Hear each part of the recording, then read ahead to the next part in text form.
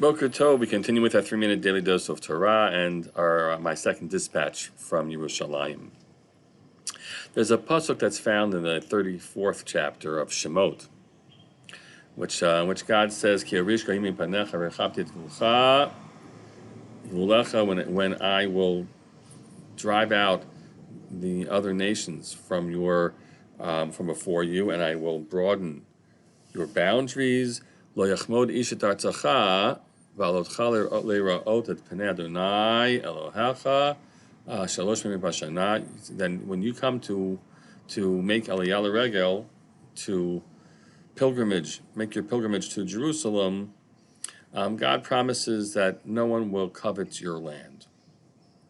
From this, the Gemara derives a few places that shluchei mitzvah ein nizakin, that people who are heading off to do a mitzvah will not get harmed. The Gemara even goes so far as to describe, the Gemara Pesachim goes on to describe that whatever animals you leave behind won't be attacked by other animals. So it's both you and your property. No one's going to cover your property, and no one's going to cover your possessions. That's the principle you have. Shluchei mitzvah ein nizakin. I thought of that firstly in my own context. There's a custom that people have when someone travels to Israel or travels anywhere to help ensure they have safe travels, is that people give them shliach mitzvah money. They give them some cash so they can go ahead and give it as tzedakah, and that way they'll be protected along the way. That's the concept. It was so interesting to me as I was preparing for this trip, and people were bringing me things, small things and big. I was bringing some gear. Okay, we'll see what I'm not going to share what kind of type of gear it was, but gear I was bringing for one need that was there, clothing for a nephew's newborn, some medicine for one of our congregants' children. And actually, as one of them sweetly, handed me over some of the medicine, he then took out his wallet and says, "I want to give you $1." And I said, firstly, I shouldn't have rejected the opportunity for someone to give tzedakah too, but I said to him, "Look, if the trip that I'm on with what I'm bringing to the people is not enough of a shliach mitzvah, that an extra $1 is going to make a difference, and something's wrong here. So keep the $1 and let me just do the mitzvah through this and all the cards that people have sent me with, and then my presence itself of what I'm supposed to do."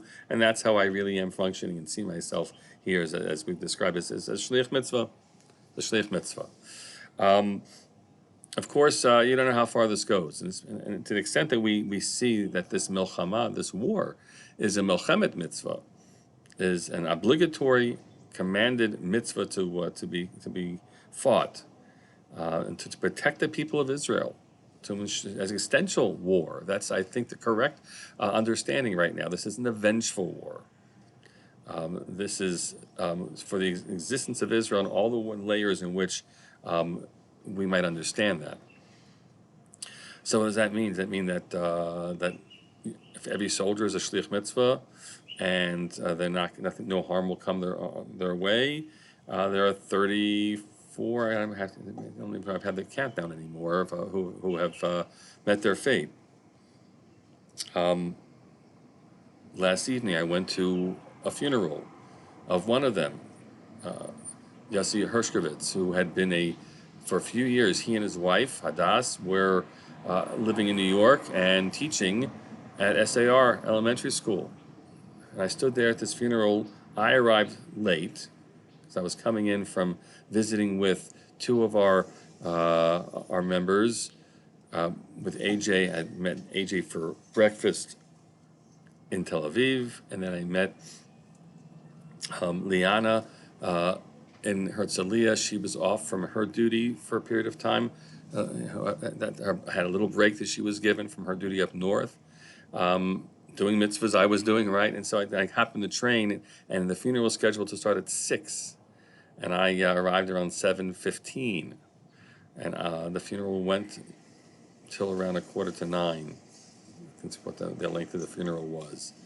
And it was very powerful to be there, to listen to him, to listen to all these words shared about an exceptional mechanech, an exceptional educator, an exceptional Jew, an exceptional soldier, human being. And obviously we know that that promise of shluchei mitzvah and in nizakin, it can't be applied to situations of war, that you be protected from all that might come, at least not intrinsically, because war is what war is, and those risks are the real risks they are. One of the most powerful experiences, though, was to be, even then, shliach. I was connecting with Rabbi Benny Krause when I was there, and I said, I can be your shliach here. Right? I can be SAR's shliach to be present in this funeral. And he said, we got this, where they were watching together from New York. But I felt myself that I could play that role.